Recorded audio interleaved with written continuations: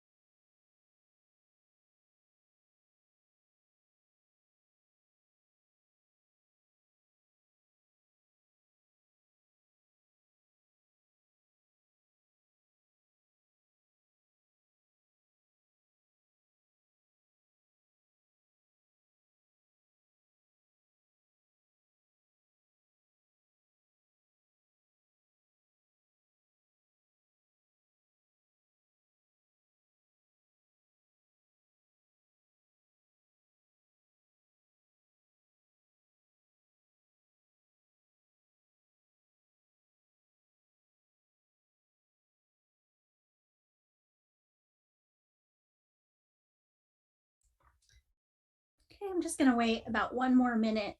If you haven't already done so, go ahead and put your name and organizational affiliation in the chat, and then we're going to get started.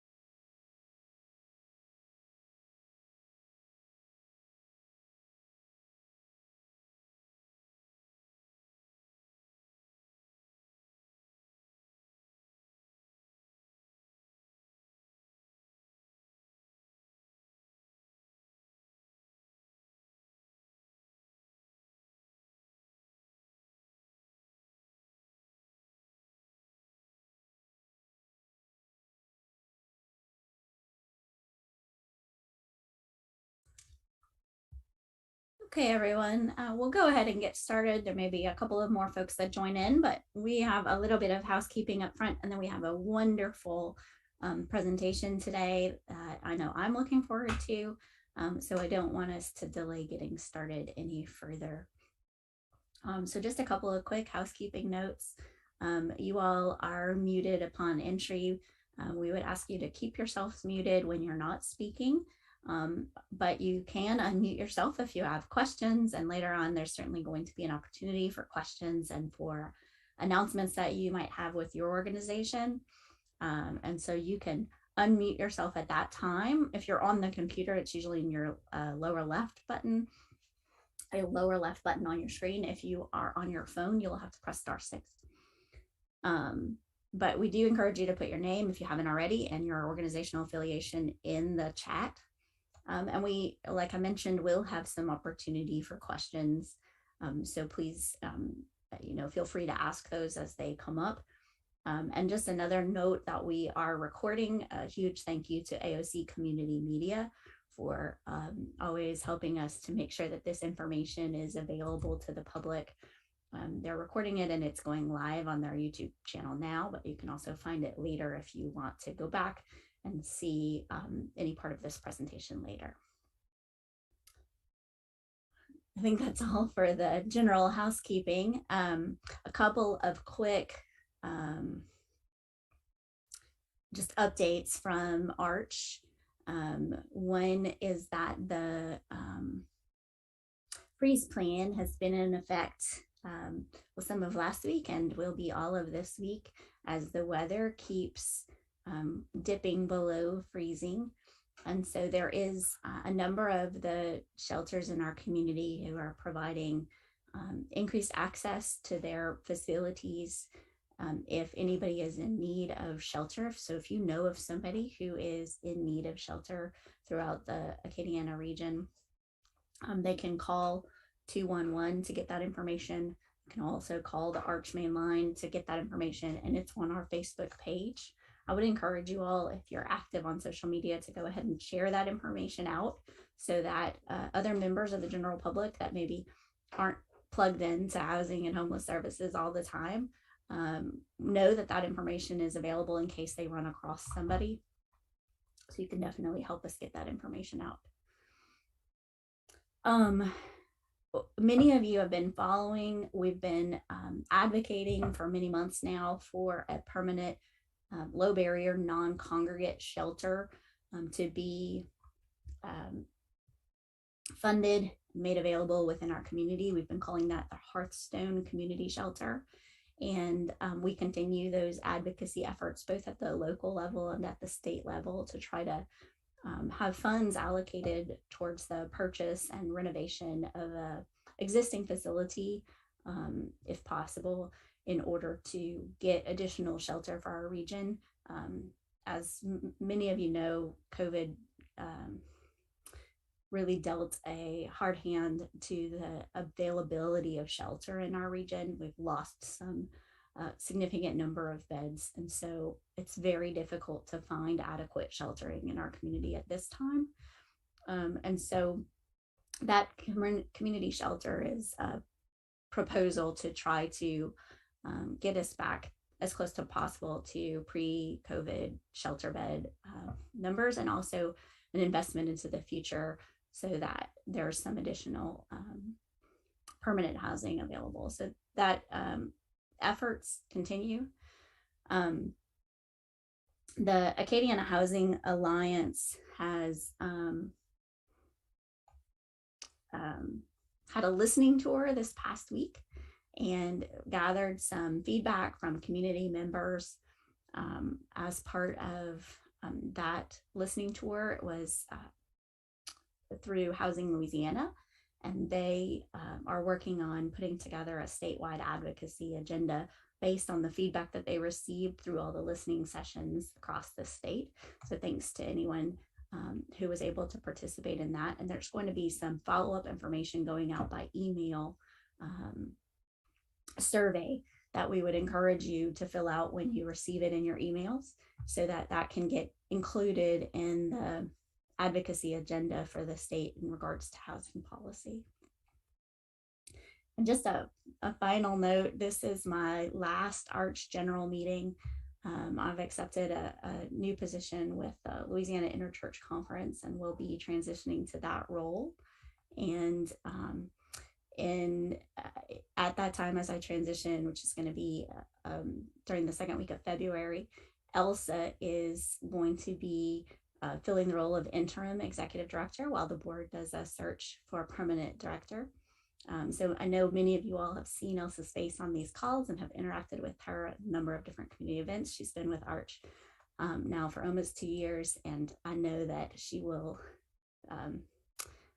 be a wonderful executive director for Arch as it moves forward.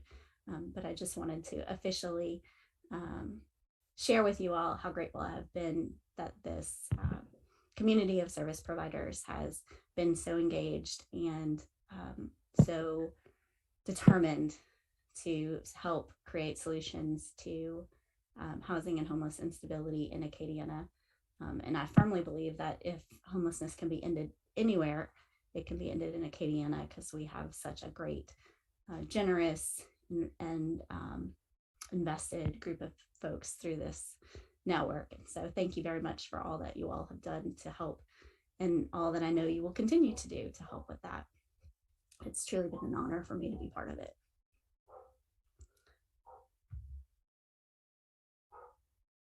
And now I'm going to ask Elsa if she will. I had to take myself off mute. There you are. So we were given the opportunity last Saturday to hear from 2 of 4 possible presentations, but we wanted to make sure that we took full advantage. And so we reached out to the 2 remaining organizations to schedule those presentations at our ARCH, or next month, the ARCH Acadiana Housing Alliance joint meeting. And so we wanted to make sure that everyone in our area had the opportunity to hear all 4 presentations.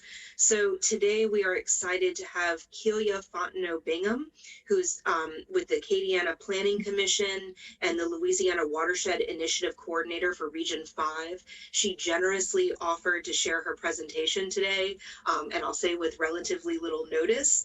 And so without further ado, welcome, Kelia. Great, thank you, Elsa, and everyone. I appreciate it. Thanks for reaching out. Okay, so my name, as Elsa said, is Kelia Bingham. So I'm with the Louisiana Watershed Initiative Region 5. There are a total of 8 regions in the state, which I'll go into a little bit later in the slide presentation. Next slide, please. So the main focus is flooding, and we have a huge challenge here in Louisiana. A couple of fun facts: that Louisiana gets more rain than any other state in the continental US. I was surprised by that. We're the 4th flattest state. And unfortunately, mostly every parish is at some risk of flooding. Most of the parishes have been in a major disaster declaration as part of some tropical event. 56 out of 64 parishes since 2016. Flood risk is increasing. Rainfall rates are increasing, and they're expected to climb. And as we know, water doesn't look at any kind of geographical or political boundary. So that's the challenge we're facing right now. Next slide, please. So after the 2016 floods, Governor Edwards formed the Louisiana Watershed Initiative. And the Louisiana Watershed Initiative has oversight from 5 state agencies. We have the Coastal Protection Restoration Authority, CPRA, the Governor's Office of Homeland Security Emergency Preparedness, the Louisiana Department of Wildlife and Fisheries, the Louisiana Department of Transportation and Development, and then the State Office of Community Development oversees the Louisiana Watershed Initiative, and we are funded by a HUD grant, which is $1.2 billion. Next slide, please. So as I said earlier, they divided the state Louisiana Watershed Initiative into 8 regions based on hydrological boundaries. Again, water doesn't follow those political geographic boundaries. So in Acadiana, most of the parishes, we're here in Region 5, and there's a fiscal agent that coordinates each region. I'm with the Acadiana Planning Commission. Most of the other regions, it is planning commissions that oversee the LWI region. We have a couple of police juries, Washita Parish and Calcasieu Parish. The police jury is actually that fiscal agent. Next slide, please. The guiding principles of LWI, of course, you want to look at science. We have a lot of data and modeling. We need those tools. Trying to look at transparent and objective decision-making. Flooding has affected all of us and as a state. Looking at maximizing the natural function of floodplains. And again, we want to focus on that regional water management. You have the Acadiana Regional Coalition on Housing, and so we're trying to do that same approach with watershed management. Next slide, please. It's kind of breakdown of the budget, because $1.2 billion is a lot. And so we have our local regional watershed projects and programs. Then you're looking at your state projects and programs, which involves more housing, on which I'll get into the next couple of slides. And I said earlier, we have the watershed, the science, right? The monitoring and mapping and modeling. We have a non-federal cost share assistance. There's a hazard mitigation grant program, and through LWI, they have supplied the non-federal cost share assistance. So some of these programs that communities or parishes might apply for, these projects can be 100% funded through the hazard mitigation grant program and the state, non-federal cost share assistance supplied by LWI through the Office of Community Development. Administrative costs, and then the watershed policy planning and our local capacity assistance, which funds my position. Next slide, please. So our state watershed projects and programs, I'll kind of go into a little bit of that. Next slide. That was like the first budget item. So there's always different rounds and phases, and government gets a little complicated. But looking at the state projects and programs, we had phase one, which went through, that was $163 million for flood risk reduction, drainage, critical infrastructure projects.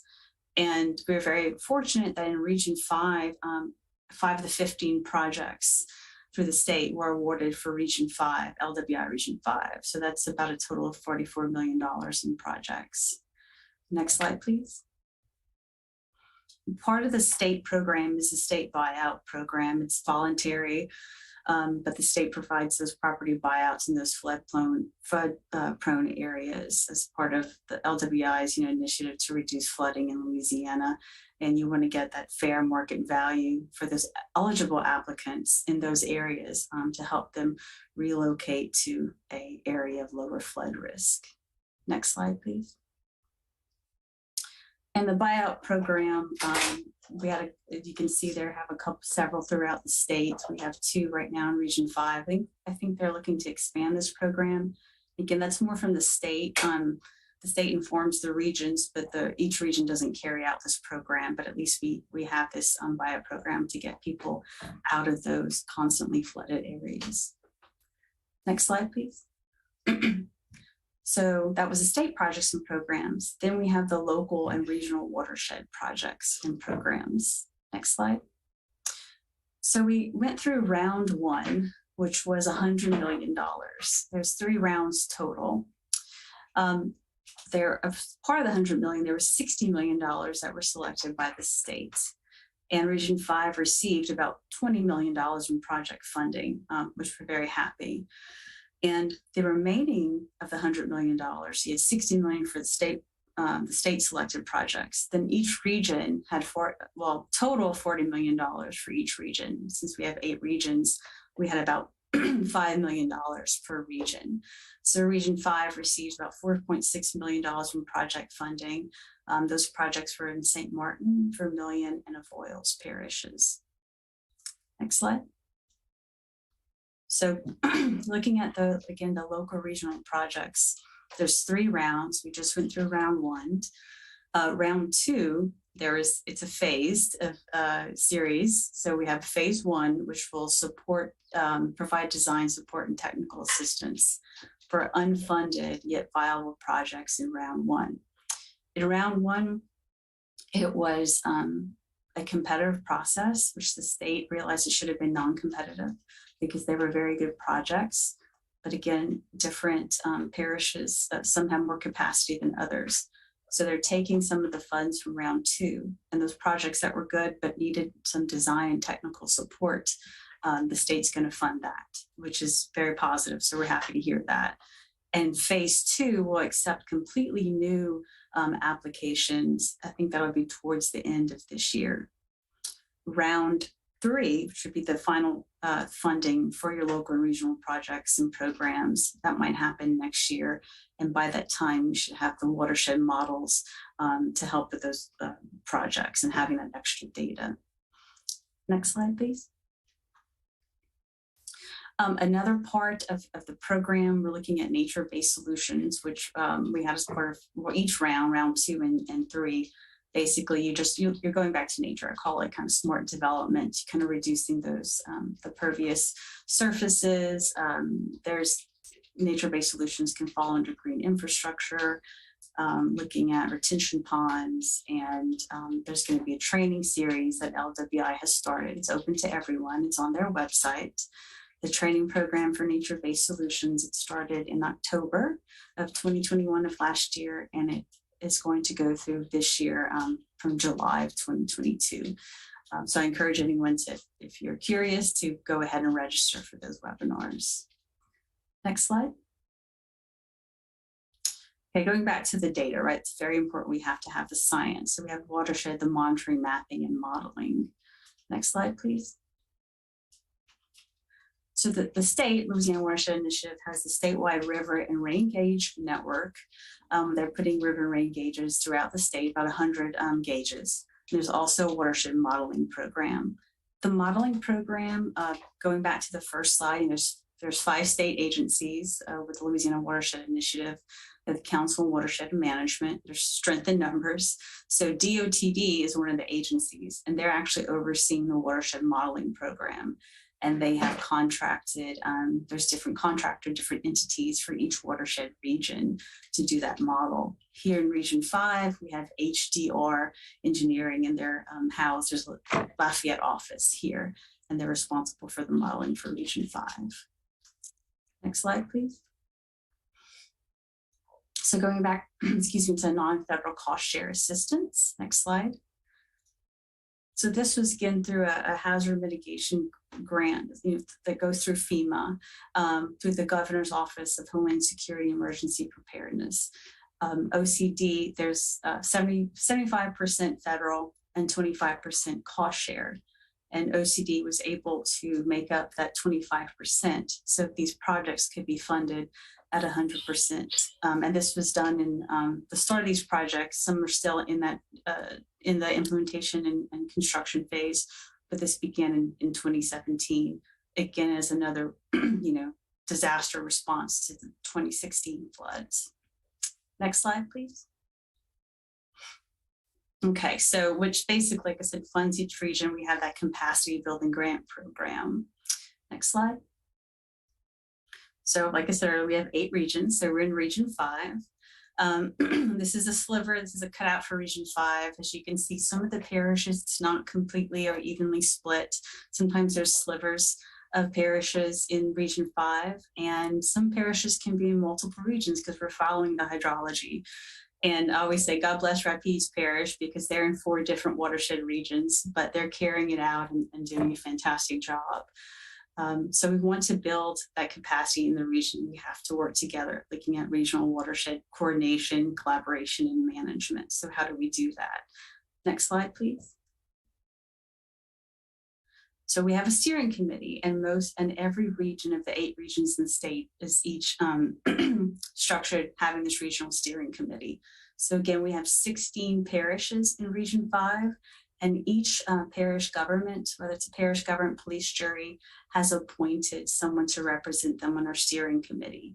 And if you look here, there's actually a total of 19 names. Here in Region 5, we have 3 Acadiana Planning Commission appointees. They're non-voting members, but they are volunteering their time, their expertise to help our region steering committee. So we have Ms. Pamela Granger, who has her own engineering company, McBade Engineering, who serves on our board.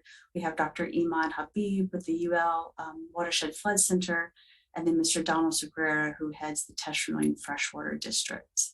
And the way we're organized in Region 5 is that we have right now 2 subcommittees. We have a capital improvement program subcommittee that's looking at projects for the area. And then we have a governance and long-term sustainability subcommittee, which I'll go into the next couple of slides. We want to be sustainable. We want to form a regional coalition, and how can we have that financial sustainability. We did have a 3rd subcommittee, which was the floodplain management subcommittee. And that's sort of dissolved and evolved into what we're calling a community rating system user group. And I'll go into that a little bit for the next slides. So next slide, please. Okay, going back to the governance, we have that governance subcommittee. And we want to, again, the idea is for each coalition to become enabled by the state. So each coalition was tasked with going through a series of governance exercise with the state to come up with a governance recommendation. Each government recommendation was put together in a package, and the governor is going to sign off on the package. And then that package, as we understand it, should be presented in the legislature this session, so beginning in March, to enable each region as a legal watershed coalition. So, next slide, please. So in order to do that, like, we had about a year of planning. So the state took each region through these governance exercises, looking at what's the work to do, who's going to do the work, and how will we do this work. Next slide, please. So this is a highlight. Each region has a governance recommendation, probably several pages or so long. And this is a snapshot of the Region 5 governance recommendation. So again, we want to fill those gaps in services.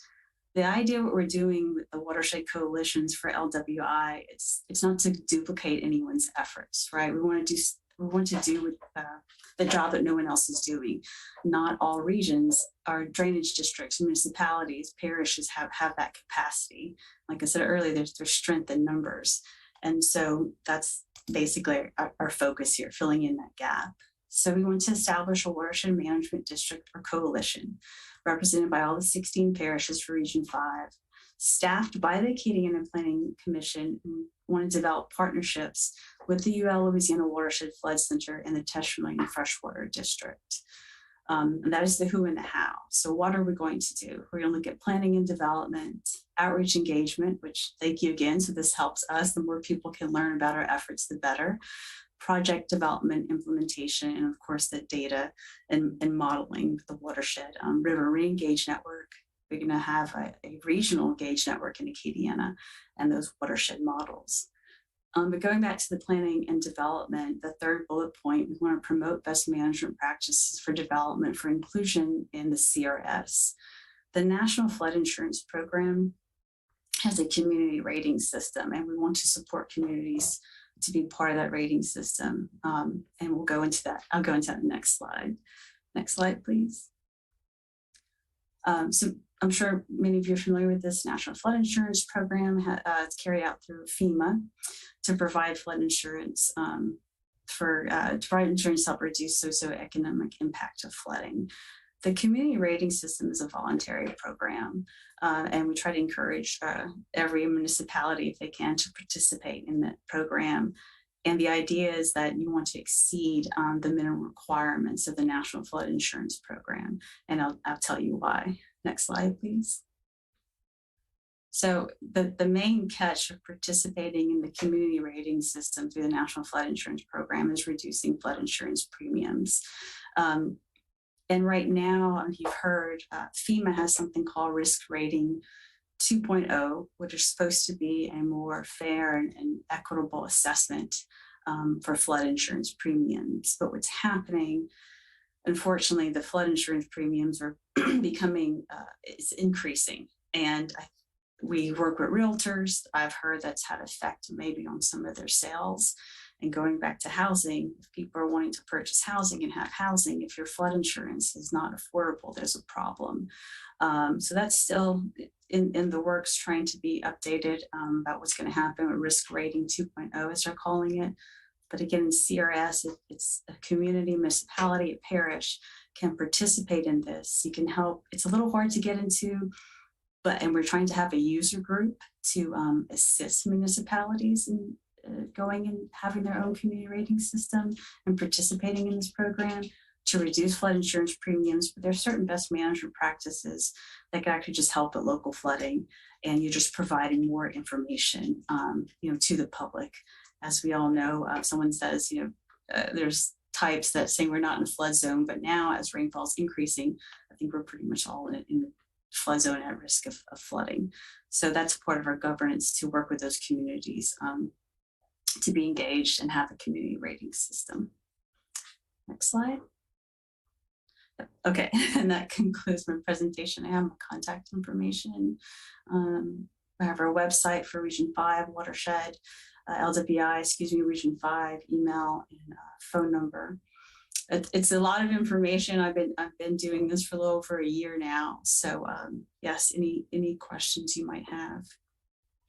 Kelia, somebody put in the chat, would it be possible to receive a copy of the slides? Can I send them out? Yes, please do. I was about to say that, and thank you for saying that, because you can go back and review information. And again, any questions you might have, let me know, please. And we do meet our region steering committee. We meet every other month as well with our subcommittees, and these are hybrid meetings. They're public meetings. Those are on our Facebook page and our website. And so if anyone would like the link to that, you're more than welcome to attend those meetings. Well, I open it up to anyone who has questions. You can speak up or drop your questions in the chat, and we'll make sure that they get asked. My first question was about the nature-based training. Is that for practitioners, or is it geared toward things individuals can do?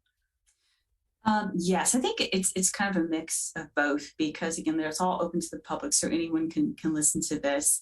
And I think that they're trying to have different target audiences. When we had professors, when we have like some like private industry, and I'm hoping to be more maybe something you can even do, at home as well.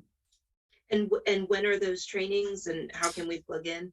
So I think they were either once a month or every other month. The training is going to go through this July. If you go to watershedla.gov, that is the main website for LWI. And so watershedla.gov, and you can click on the trainings, and they should have a series of trainings where you can register, and it gives you the subject, the content for each training. We had a question in the chat. Will this benefit the coastal indigenous peoples who are losing their traditional lands to the Gulf, or is that a different focus? I would hope so. The Louisiana Watershed Initiative, their action plan is pretty comprehensive. We do focus on outreach. Luckily for Allen Parish, we do have a member of the Coshada tribe that serves in our steering committee. But for the coastal indigenous people, I would hope so in those regions. Yes, it might not be like the main focus, but it's definitely part of what we're doing with Louisiana Watershed Initiative. Again, that kind of comprehensive as well, because flooding affects people's lives, and we want to help all those communities, especially in types of indigenous or minority people as well. And how can we register for the LWI events? I see calendared events, but not a way to sign up. How do we get in the loop, Kelia? Okay, well, there should I'm sorry, on the website. Usually there should be a way to register for each webinar. I mean, that's what I have to do. I'll go to the webinar and register. So you're saying, I'm sorry, someone went there and couldn't find it? Yeah, she said that she sees the calendared events, but not a way to sign up. Okay. And that might be something that we can, when we send out the slides, also. Yeah. They might not have. Yes, correct. And I can help you with that. Also, if we could distribute that to others. I don't know if they had anything planned. I'm looking here, but yeah. Okay, definitely. I can look at that later and now maybe more specific instructions on how to register. While I'm waiting for other questions, as we're talking about, affordable housing and the intersection of affordable housing with the work that you all are doing, probably the right now what I got from your presentation was that affordability of flood insurance. Is that correct? That's one aspect. Yes, correct. I know, again, like the state, there's with the buyout programs that can help people move, but then, also I think there's a push for that resilient, affordable housing. And again, the state, if you need a specific contact, I can get that for you, because the state carries out, because the housing program, it's not done so through much by the regions, but at least if we can help as a region, like I said, with the National Flood Insurance Program, the community rating system to reduce at least flood insurance premiums for housing, that could be a great step in the right direction.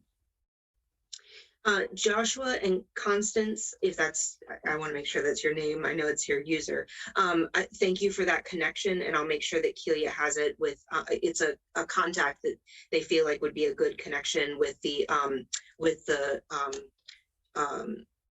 Homa tribe, with the Homa Nation. Perfect. Thank you very much. Carrie with Assist said, with the home buyout in the region, are these homes that no longer qualify for the national flood insurance? Yeah, I would I would assume so. I'm not exactly how that works, the details of the buyout program, but most of these were built, unfortunately, like in floodplains that they never should have been built, maybe older developments. Maybe that could be a reason as well, but I'm not exactly sure of that. Gotcha. I looked at the website because I was curious about the buyout program as well, Carrie. Yep. And it looks like it does have a way to look at property map and to see if the property you're interested in potentially participating in that program would be one of the ones that would be eligible for it. So it looks like it has that information on the map to figure out something about that. Yeah, thank you, Leah. And I know I've had a couple of inquiries for people in the area that maybe if they don't have a program right now, they're looking to, I believe, expand that program. And then also what each region is doing, that's why we have that governor's recommendation. If we could, once we're legally enabled by the legislature, that the funding that we can have, we're open to all funding and having alternative funding. And there's obviously more funding as we go through LWI that we can have hopefully more buyout programs if there's a need in our area. So moving forward, your suggestions for ways to collaborate and to get plugged in is to go ahead and we'll go ahead and send those slides out, and yes, also sign up for the trainings when we'll send out that information, as well as other events that are coming up. Is that correct? Correct. And we do have, and that's from the state LWI website with the buyout program and the training. And you could actually sign up for notifications through the state website. For Region 5, Acadiana specifically, you could go to our website, planacadiana.org/watershed. There's a newsletter to sign up for.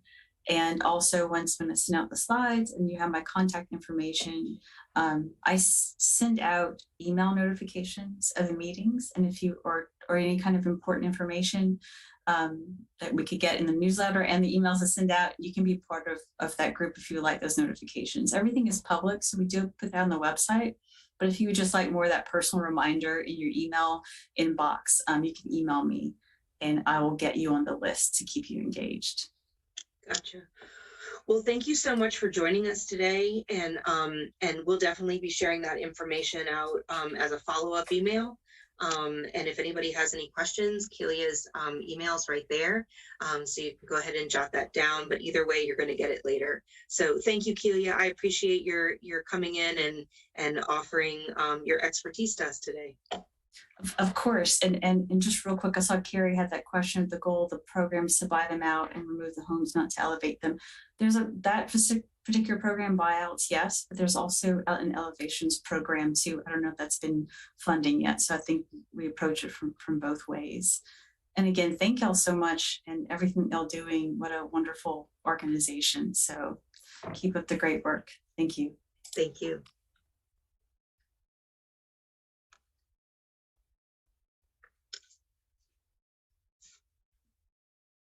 So I wanted to talk a little bit of today before I want to be mindful of everyone's time, but a reminder that ARCH is a membership organization that's part of us being a COC, but since COVID, we've been a little more expansive with that definition. But for 2022, we're reestablishing and redefining our membership structure. And we wanted to have options for everyone, whether you're a nonprofit organization, a governmental entity, if you have a business, or if you're an individual. And even with individuals, we wanted to make sure that there were a variety of entry points. And so I wanted to quickly go over the benefits to being a member. I also wanted to say that this will all be followed up in a newsletter. I think it'll go out at the top of next week with membership registration info. But I just wanted to take a second and while I have you captive, to go over the membership benefits, right? So if you are a nonprofit organization and you've been in good standing for at least 12 months as a member, right? So after a year of membership, you'll qualify to apply for HUD, ESG, and or COC funding, regardless of any of those groups that I enumerated, whether you're nonprofit, governmental entity, business, individuals, will have quarterly in-person facilitated town halls for members only, focusing on what we want the strategy of ARCH and our coalition to be. You'll get a monthly online digest of resources and advocacy opportunities in your inbox, and that'll include lighter lifts as well as more cumbersome asks. But the lighter lifts will be something like you can cut and paste this email and send it to your legislative representative, right? So you'll get that monthly in your email. Quarterly, we're going to be offering educational opportunities, and this will be limited to members only, and it'll be certifications and other opportunities for ongoing education. There'll be an online membership support community, so we'll have an opportunity to network with one another between meetings. And then we're going to do a yearly celebration of ARCH, right? And what that coalition is with a guest speaker. So just once a year to say, hey, we've all been working so hard, and be able to come together and celebrate the work that we're doing. Also, with membership comes an opportunity to participate in our outreach corps, which I think we've mentioned a couple of times previously, but that's an opportunity to volunteer, excuse me, in times of emergency, as well as for the point in time count that Lee's going to talk about in just a second, but opportunities to be trained, and then we would be able to leverage that training and your skill set during times like, say, during a freeze or during a hurricane. You would be boots on the ground as far as going and making sure that those who are unsheltered know what their resources are. And then an opportunity to serve on an advocacy committee, right? We've obviously identified that advocacy is really key to most of the work that we do. And so for those of you who really enjoy that kind of work, we're gonna put you to work on a committee. Also, our allocations committee that comes during our yearly NOFO process. You would have an opportunity to serve on that allocations committee. And then just a special gift. We've decided that it's really time to make sure that you all feel as celebrated as we celebrate you. And so you'll get a special gift in the mail as well. So I just wanted to kind of go over what those membership benefits are. And I think none of them, what's left off of that list is just that opportunity to utilize your passion for housing and for those who are unhoused, and be able to work with other people who are similarly passionate toward ensuring that all episodes of homelessness are non-recurring, right, and as short as possible. And so I encourage you to really consider membership. I think it's going to be a really robust opportunity, and you will be getting more information about how to register for that at the top of next week in a newsletter. Lee?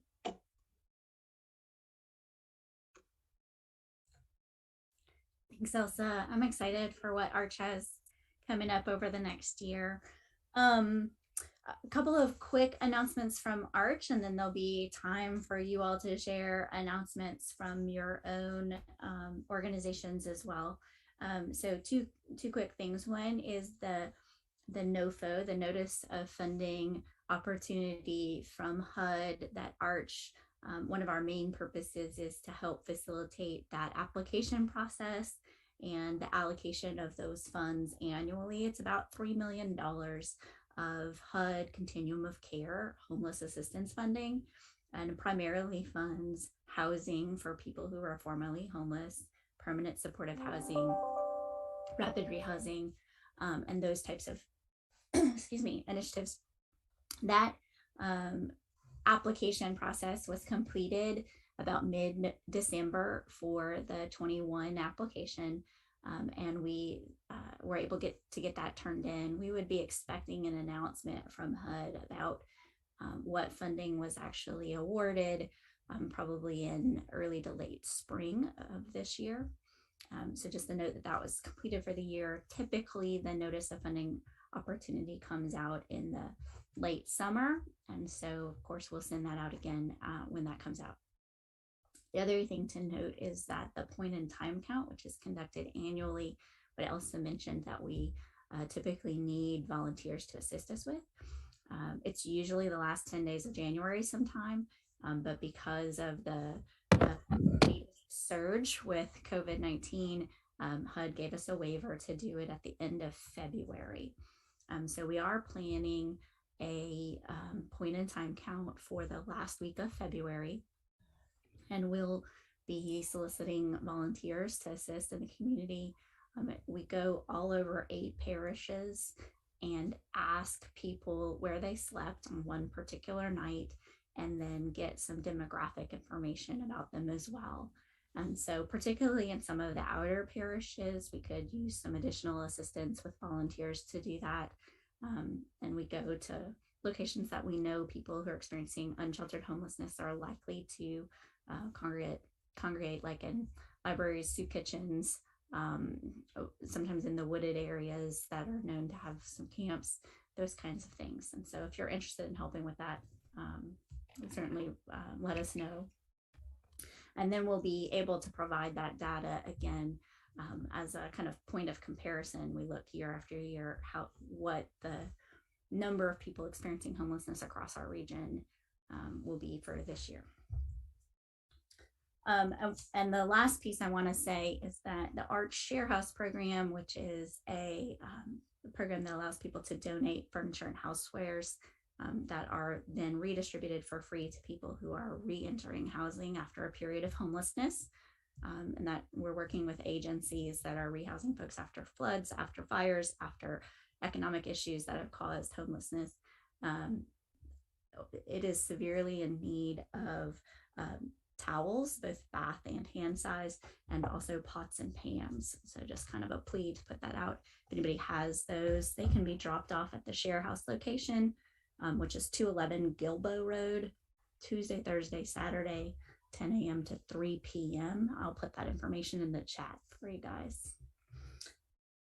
Does anybody else have announcements that you would like to share about your organization, something coming up or an issue?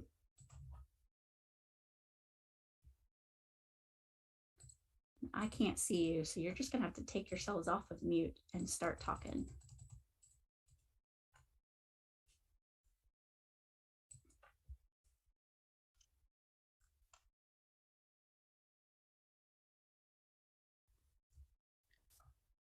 Good afternoon.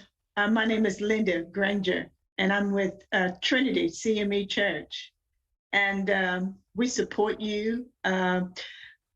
I just think that your organization is wonderful and doing a mighty great job in this Acadiana area, and it is. I'm just proud to be a part of it, to listen and gather information and to pass it on to the members of my church, of Trinity CME Church. And you just mentioned about your donations for furniture and houseware, the towels and the pots and pans. And I was trying to write that information.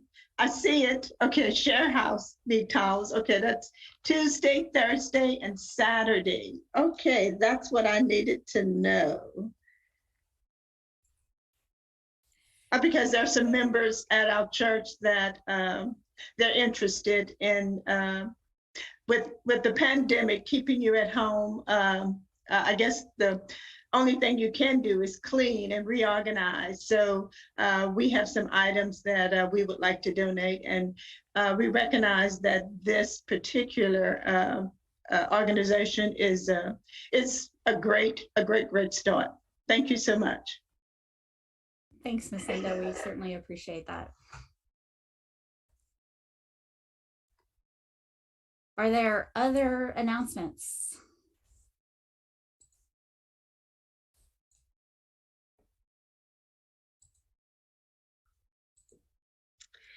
Lee, I do want to let people know about upcoming events.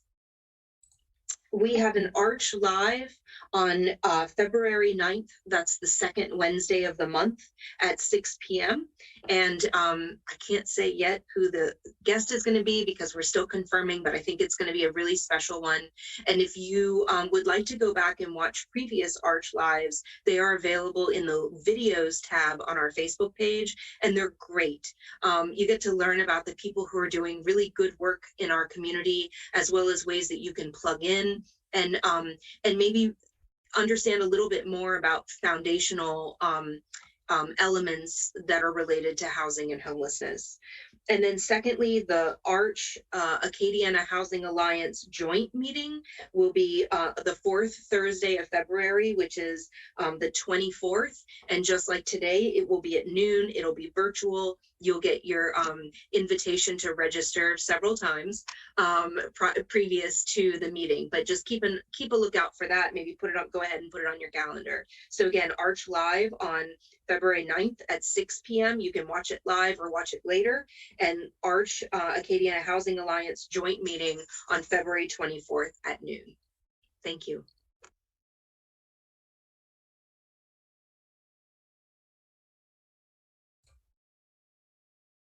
Okay, one more opportunity. If anybody else has an announcement, if there's a need within your own organization or an issue that you think needs to be brought up so that the group might offer solutions, this would be the time to do that. And if you're on your phone and you were automatically muted, you would be muted. Oh, I hear somebody. Well, I don't have an announcement to make. I'm just really delighted in this opportunity to participate. I've been ministering to homeless people all my adult life in one way or another.